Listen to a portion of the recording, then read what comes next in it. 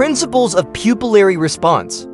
The pupillary response is the physiological process that changes the size of the pupil in the eye, which is important for protecting the retina from bright light. The iris contains two muscles that control the pupil size: the pupillary dilator muscle and the pupillary sphincter muscle.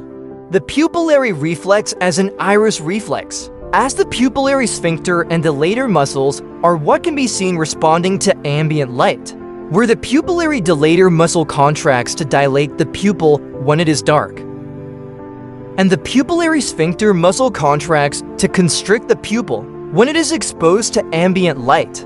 The pupillary helps protect the retina from bright light and adjusting how much light reaches it, where the circular muscles of the iris contract and the radial muscles relax. The constriction of the pupils helps limit the amount of light that enters the eye, which helps prevent the photoreceptors in the retina from being damaged by the ambient light. Medical terminology for pupil size.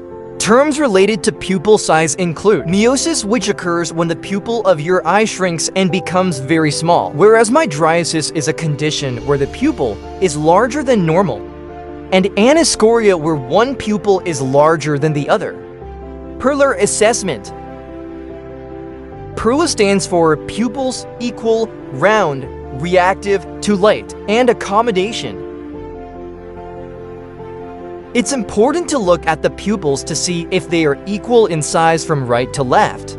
Keeping in mind there are things that can affect this, such as cataracts or other surgeries, or pre-existing conditions of the eye.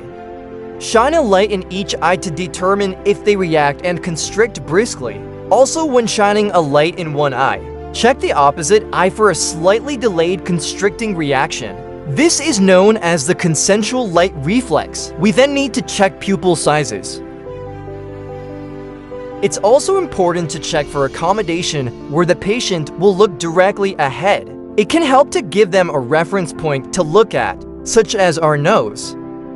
We then will put our finger or the pen torch up and have them shift their focus from our nose to our finger, so when they look at something that is closer to them, their pupils should constrict in order to focus on that object.